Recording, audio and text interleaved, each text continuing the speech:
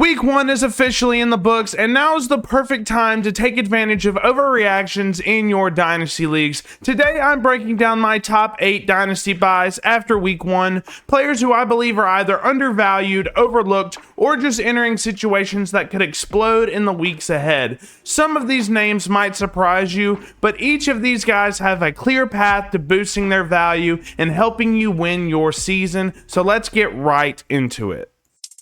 Hey.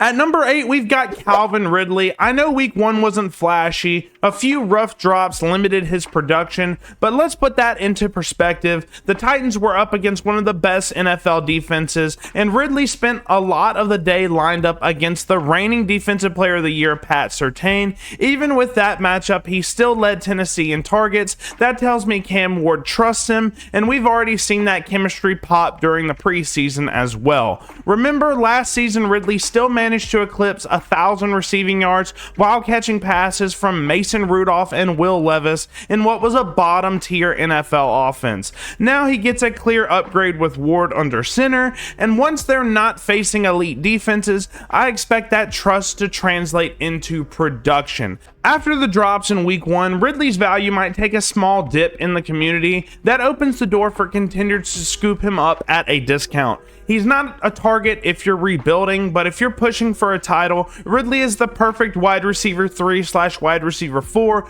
who can give you strong weekly production at a very reasonable trade price.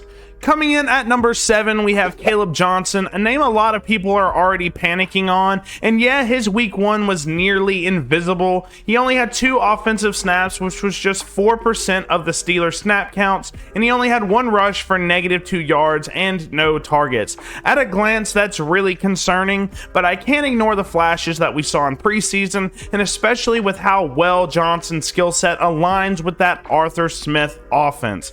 Smith has made it clear that Pittsburgh didn't fully run that wide outside zone scheme last year, mostly because of personnel limitations, but Johnson, coming out of Iowa, thrives in zone run schemes. He's physical, patient, he hits holes quickly, and he shows how he can be super explosive when given room. I expect Johnson's role to rise in the coming weeks, similar to how Pittsburgh used Najee Harris last season. Not necessarily a bell cow fantasy stud right away, but someone who can deliver consistent volume in mixed situations, especially as games tighten or when the pass game stutters. The Steelers will need to lean on their run game at some point this season, and Johnson is the guy I trust most to step in and pick up those reps. His Week 1 will make people nervous and open the door for you to buy low. If you believe in scheme fit, in the coaching staff's public comments, and in his college production, which was over 1,500 yards and 21 touchdowns in 2024 at Iowa, then Johnson can be a sneaky piece for you. He's not RB1 material yet, maybe not even an RB2, but for someone who needs depth or upside, this is a RB3-like buy with a ton of upside. At number 6, we have Jalen Milroe, a name that might be pretty cheap right now, and that's exactly where the opportunity lies. The Seahawks opened with a messy loss to the 49ers. It was a poor offensive showing, and Sam Darnold struggled. If Darnold continues to falter, there is a door open there for Milroe, and the upside is off the charts. Let's talk about pedigree. In 2024 at Alabama, Milroe rushed for 726 yards and a whopping 20 rushing touchdowns, while also throwing for 2,800 yards. He's legitimately one of the fastest QBs I've ever seen on tape, which gives him dual threat flexibility that defenses have to account for. His passing was a work in progress last year, adjusting to a new system, and that explains some of the inconsistencies. In the preseason, he definitely showed flashes. In his Seahawks preseason debut, he was 6 of 10 for 61 yards through the air and added 38 yards with his legs. That kind of mobility gives him value, especially on the goal line or short yardage packages where Seattle already has designed plays for him. So so don't be surprised if Milroe has 3+ rushing touchdowns on the year without having a start.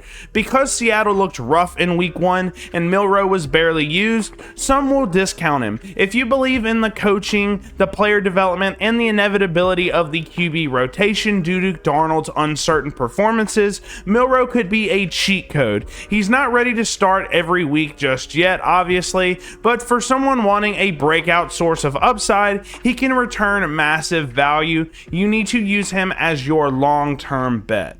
At number 5, it's one of my favorite players this year, TreVeyon Henderson of the Patriots. We knew this was going to start as a committee with Ramondre Stevenson, and that's exactly what we saw in week 1. Stevenson had 7 carries, Henderson had 5, but here's the difference. Henderson looked like the much better back in his opportunities, more efficient, more explosive, and more involved in the passing game. His week 1 line, he had 5 carries for 27 yards, that's over 5 yards per carry, plus 6 catches on 6 targets for 24 yards. That's already showing the exact role we expected. Henderson as the pass game option and a guy who brings juice to this offense. Even when the Patriots offense struggled overall, he still put up a respectable fantasy point total around 11 PPR points, and that's just scratching the surface. What makes him special is his skill set. A rare mix of speed, agility, and power paired with elite pass protection. He's one of the only rookie running backs I had ranked close to Ashton Genty, and it's because he checks so many boxes. I honestly believe Henderson can finish as a top 15 running back this season. Stevenson still might be ahead of him in name value, but if Henderson keeps flashing this efficiency, I think Stevenson loses that RB1 job sooner rather than later, and Henderson becomes the workhorse by midseason. From a dynasty perspective, this is the window to buy before the transition fully happens. Once that happens, Henderson's value will not be affordable whatsoever.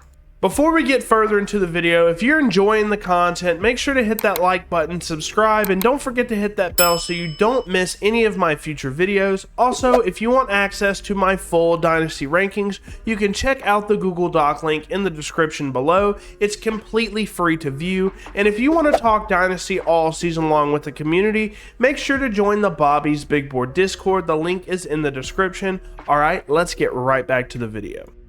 At number 4, we've got Jaxson Dart, the Giants' first-round quarterback selection, and week 1 couldn't have gone much worse for the Giants offense. They only scored 6 points versus Washington. Russell Wilson looked off, and that absolutely opens the door for Dart to start sooner than many people expected. If the offense continues to struggle, this isn't just a possibility, it's probably coming. He came into the NFL showing well in the preseason. Over 3 preseason games, Dart was 32 of 47 passing, 372 passing yards, 3 touchdowns, 0 interceptions, and he also had 6 carries for 52 yards and a rushing score on top of that. In the final preseason game versus New England, he was 6 for 12 for 81 yards, including a big 50-yard throw to Gunnar Ozelski and a touchdown. Now, don't get me wrong, he's still raw. Coming out of Ole Miss, there was always some adjustments to be made, decision-making under pressure, reading defenses, and sliding instead of taking the big hits, things like that.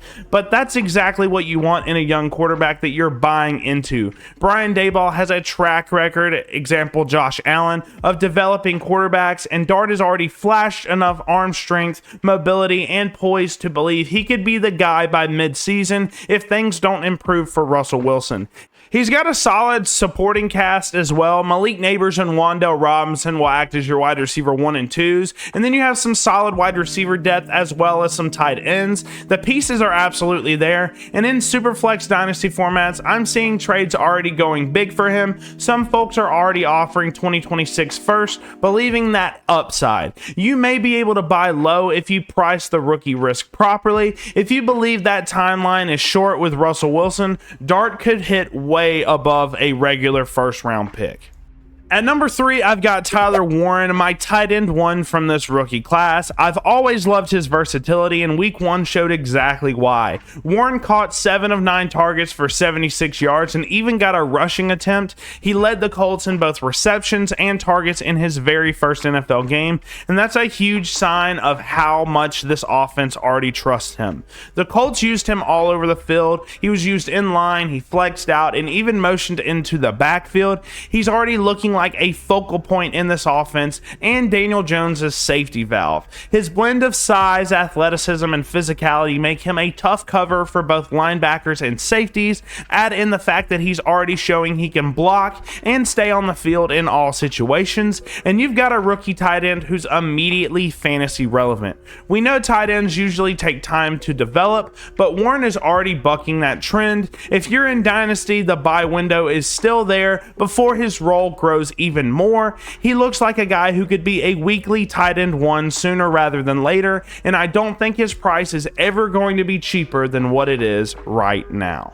At number 2, I've got Travis Etienne, and week 1 really put a lot of my doubts to rest. Coming into the season, the question was how much of a timeshare we'd see in this Jacksonville backfield, but against Carolina, Etienne made it clear he's still the guy. He rushed 16 times for 143 yards, ripping off a long 71-yard run, and added 3 catches for 13 yards through the air. He looked fully healthy, explosive, and a lot more efficient than what we saw last year when the injury slowed him down. And the backfield picture just got even cleaner. Tank Bigsby was traded to the Eagles, which leaves only Etienne and rookie Bashul Tutin. That means Etienne isn't just the lead back, he's also in line for even more goal line work since Tutin doesn't exactly profile as a goal line back.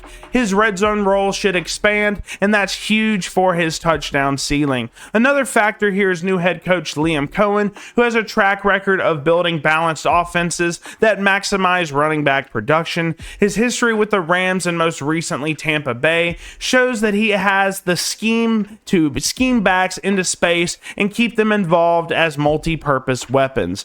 Pair that with Etienne's explosiveness, and we're looking at a running back who could take a big step forward this season. If we were worried about a split, don't be. Etienne is the clear RB1 in Jacksonville, and with Bigsby gone, his opportunity is only getting stronger, and if you can buy in at anything below elite RB pricing, I think this is the last window to do it.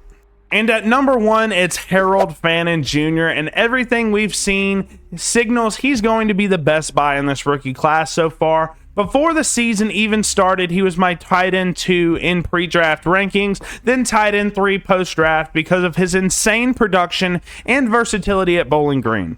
He was quiet in preseason with just 1 catch for a touchdown, but in week 1, the Browns unleashed him on the Bengals. Fannin caught 7 passes for 63 yards, tying the rookie tight end record for receptions in a debut. He played 55 offensive snaps, and he was moved everywhere. In line, in the slot, out wide, and even some fullback snaps and a wildcat carry. His average separation was over 3 yards per target, the best among any Browns receiver in that game. That versatility is exactly what made him a star in college. He had over 117 catches, 1,500 yards, and 10 touchdowns in 2024 at Bowling Green alone. Fannin could be a cheat code at the tight end slot. He's not being used like a traditional tight end at all. He's more like a gadget slot receiver who just happens to carry tight end eligibility. That means you can plug a player with wide receiver style usage into your tight end spot, which is massive when you're chasing weekly upside. From a dynasty perspective, this is the buy window. Rookie tight ends usually take time to develop, like I said earlier, but Fannin is already a central piece of this Browns offense. If you can get him before his role and price explode, he's the kind of player who can lock down your tight end spot for years.